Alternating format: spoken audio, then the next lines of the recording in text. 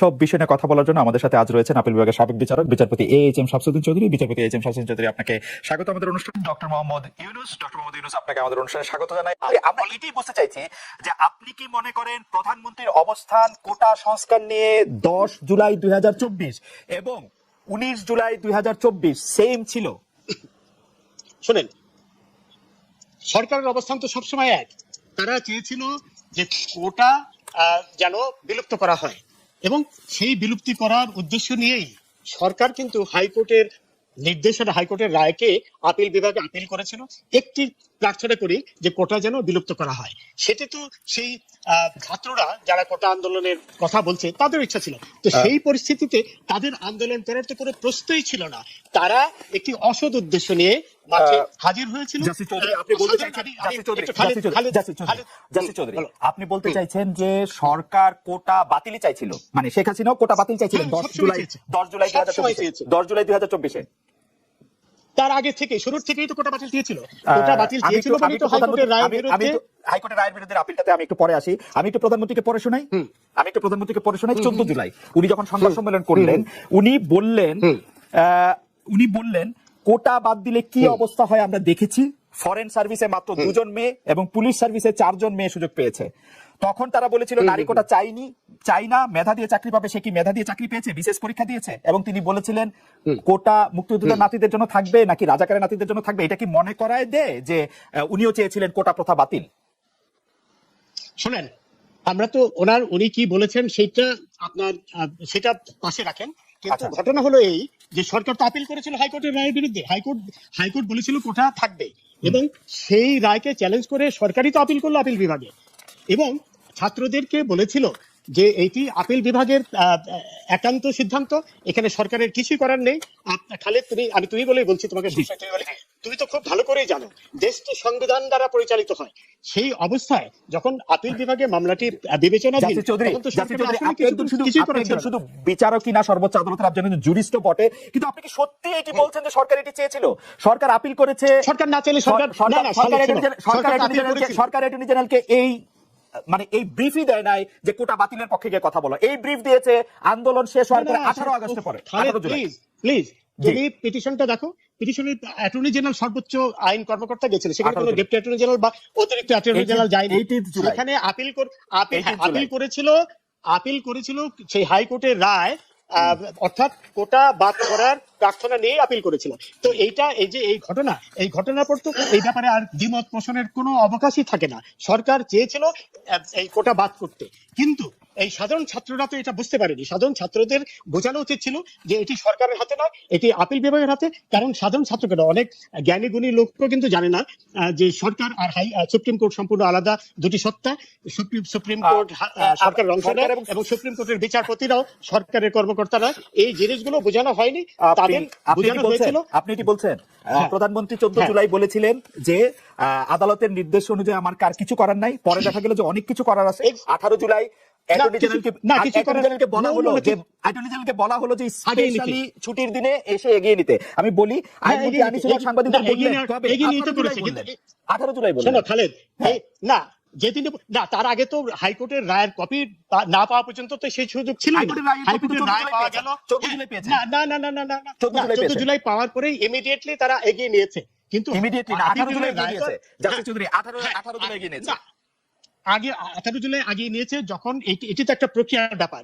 হাইকোর্টের রায় পেল, সেটি জমা দিল, সেখানে তারা লিভ টু অ্যাপিল অ্যাপ্লিকেশন করতে হলো। এটি একটি প্রক্রিয়ার ব্যাপার, কিন্তু তারা তো আপিল বিভাগের রায় তো আর খণ্ডন করেনি বা করতে পারে না। খণ্ডন করলে তো তারা আদালত অবমাননার দায়ে অভিযুক্ত হতো। যে রায় দেওয়ার আগে রায়টি হয়েছে 21 জুলাই। প্রধানমন্ত্রী 17 জুলাই জাতির উদ্দেশ্যে ভাষণ করে বললেন যে তোমাদের রায় পছন্দ হবে তোমাদের।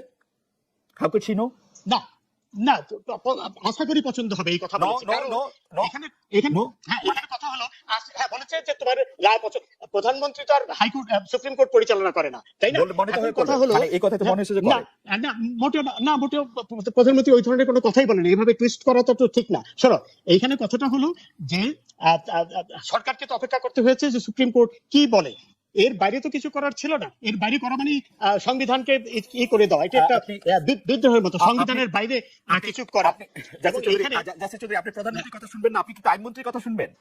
আইনমন্ত্রীর কথা না, আইনমন্ত্রীটা তো আমি দেখবো ডকুমেন্ট প্রধানমন্ত্রী কি বলেছে সেটা তো না, আমি দেখবো ডকুমেন্ট। অ্যাটর্নি জেনারেল আপিল বিভাগে ব্রিফ ছিল না, এই মামলাটি পরিচালনা করার না, না, অ্যাটর্নি না, জেনারেল না। ব্রিফ ছিল না, অ্যাটর্নি জেনারেলের ব্রিফ ছিল কোটা রাখার পক্ষে। Listen Khaled, don't confuse things, বুঝছো? অ্যাটর্নি জেনারেল যে পিটিশনটা করেছে সেই পিটিশনের কপি আমি দেখেছি।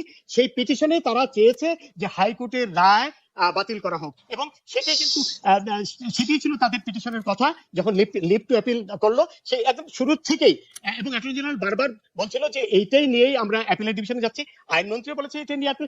আমি তো ডকুমেন্টের কথা বলবো, ডকুমেন্ট বলছে যে সরকার প্রথম থেকেই, এবং ইনফ্যাক্ট এই মানে আপিল শেখ করার আগে হাসিনার থেকেই মুখের তো কথা, সরকার বলে শেখ আসছে। হাসিনার মুখের কথা আপনি গুরুত্ব দিবেন না। শেখ হাসিনার মুখের কথা আমি সেখানে যাচ্ছি না, যাওয়ার কোনো সুযোগও নেই। আমি দেখবো ডকুমেন্ট কি বলে। ডকুমেন্ট পরিষ্কার ভাষায় বলে, শেখ হাসিনা যে পরিষ্কার ভাষায় না, সংবাদ সম্মেলনে শোনো, বলছেন যে না, না, তিনি না, কোটা চান, আর তার অ্যাটর্নি জেনারেলকে বলছেন যে কোটার বিরুদ্ধে গিয়ে ব্রিফ মানে লড়াই করো। না, আপিল বিভাগে কি দরখাস্ত করেছে সেটা আমি দেখবো, সেটা হলো ডকুমেন্টের ব্যাপার।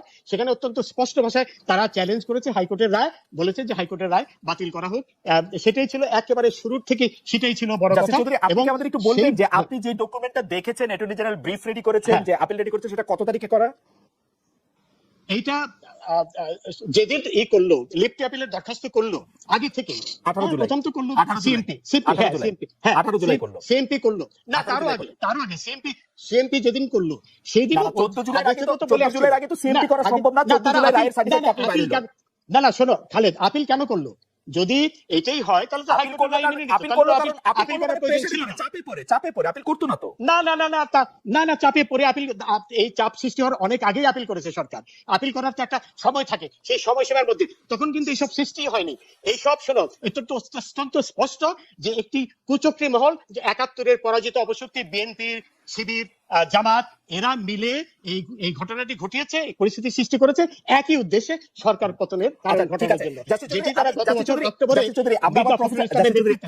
আমরা আবার আপনার কাছে আসবো। আমরা গত কয়েকদিন ধরে আপনার কথা শুনতে পাচ্ছি, আমরা শুনছি আপনার সুচিন্তিত মতামত। আমি শুধু এইটি জানতে চাইবো যে জাসির চৌধুরী, আপনি কি আমাকে একটু বলবেন যে 1 জুলাই থেকে নিয়মতান্ত্রিক ভাবে এই আন্দোলন তারা করছে, ঠিক কবে থেকে জামাত বিএনপি এই কোটা আন্দোলনকারীদের নিয়মতান্ত্রিক ভাবে এই আন্দোলন কখনো নিয়মতান্ত্রিক ভাবে হয়নি? রাস্তা বন্ধ করে দেওয়া, এটিকে তুমি নিয়মতান্ত্রিক আন্দোলন বলতে পারো না। সমস্ত যানবাহন বন্ধ করে দেওয়া, রেল বন্ধ, না আন্দোলন তো রাস্তা বন্ধ করে আন্দোলন অবশ্যই রাস্তা খোলা রাখাটাই তো অশান্তির সৃষ্টি করা, এবং সমস্ত যানবাহন, সমস্ত মানুষের চলাচল সব বন্ধ করে দিয়েছিল। এইটিকে কোনো অবস্থায় নিয়মতান্ত্রিক আন্দোলন বলা যায় না। তখন যদি এটি বলা হইতো, আমি তো নিজে দেখেছি, আমি নিজে বেরোতে পারিনি, রাস্তার মানুষ বেরোতে পারিনি। বাংলাদেশে কোনো কিছু আন্দোলন চলবে না তাহলে, বাংলাদেশে কোনো কিছু আন্দোলন চলবে না তাহলে। নিয়মতান্ত্রিক আন্দোলন আর এই অশান্তির আন্দোলন সম্পূর্ণ আলাদা জিনিস। যদি নিয়মতান্ত্রিক আন্দোলন হতো তাহলে তো এইসব হতো না। তারা যদি রাস্তা বন্ধ না করতো, তারা যদি এমনিতে রাস্তা বন্ধ করাটা কোন অবস্থায় নিয়মতান্ত্রিক পড়ে না। নিয়মতান্ত্রিক আন্দোলন হলো দাবি উচ্চারণ করা, এবং সেটি শান্তিপূর্ণ ভাবে, রাস্তা বন্ধ করে নয়, কোনো অবস্থায় এগুলাকে কোনো অবস্থায় নিয়মতান্ত্রিক বলা যায় না। এবং সেই অবস্থায় পুলিশ অনেক ধৈর্যের পরিচয় দিয়েছে। পুলিশ, কারণ প্রত্যেকের আমার অধিকার ছিল, অন্য সবার অধিকার ছিল চলাচল করার। সেই অধিকার যখন খণ্ডন করা হলো, তাকে আর কোনো অবস্থায় নিয়মতান্ত্রিক আন্দোলন বলা যায় না। এটি নিয়মতান্ত্রিক কোনোদিনই ছিল না। আন্দোলনকারীদের আপনারা হামলা করে ছাত্রলীগ এবং যুবলীগের সমর্থক করা 6 জন নিহত হন। এর মধ্যে রংপুর বেগম রোকেয়া বিশ্ববিদ্যালয়ের আন্দোলনরত শিক্ষার্থী আবু সাইদ, মানে অলমোস্ট লাইভ উনি মারা গেছেন পুলিশের গুলিতে। আপনি আমাদের একটু বলবেন যে পুলিশের ধৈর্য দেখানোর জায়গাটা আপনি কোথায় দেখলেন, বা আপনার কাছে কেন মনে হলো যে পুলিশ অনেক ধৈর্য ধরেছে? আচ্ছা শোনো, প্রথম কথা হলো যে বাংলাদেশের স্বাধীনতা পূর্ববর্তী সময়ে যেসব আন্দোলন হয়েছে, সেই সব আন্দোলনের সাথে এখনকার কোনো কিছুই তুলনা করাটা দুর্ভাগ্যজনক। তখন আমরা স্বাধীনতার জন্য পাকিস্তানি ইসে থেকে, কলোনিয়াল ইয়ক থেকে মুক্তি পাওয়ার জন্য আমরা আন্দোলন করেছি।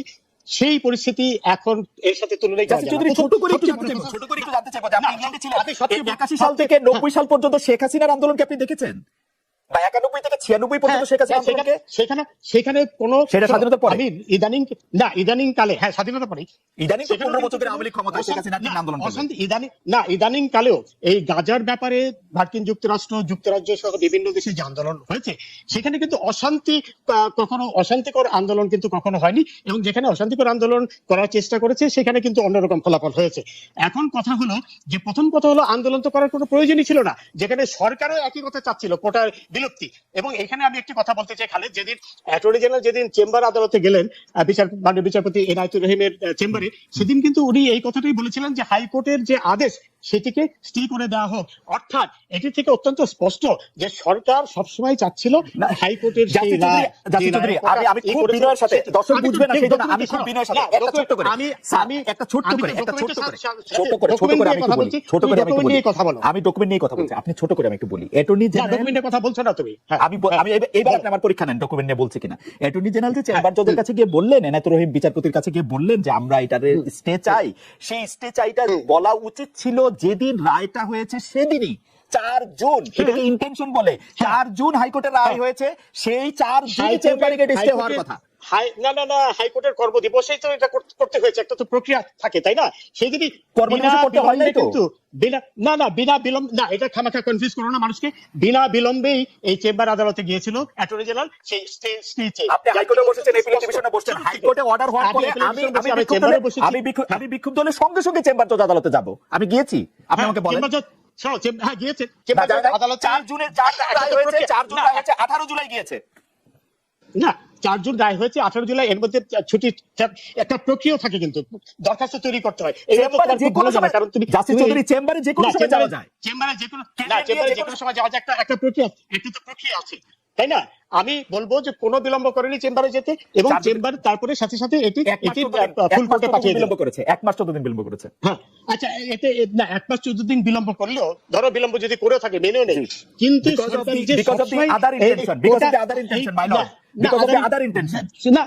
না শোনো, যদি আদার ইন্টেনশন থাকে তো আপিলই করতে না, আপিল করে প্রমাণ করেছে যে তারা না, তখন চাপ মোটেও সৃষ্টি হয়নি, চাপ অনেক পরে সৃষ্টি হয়েছে।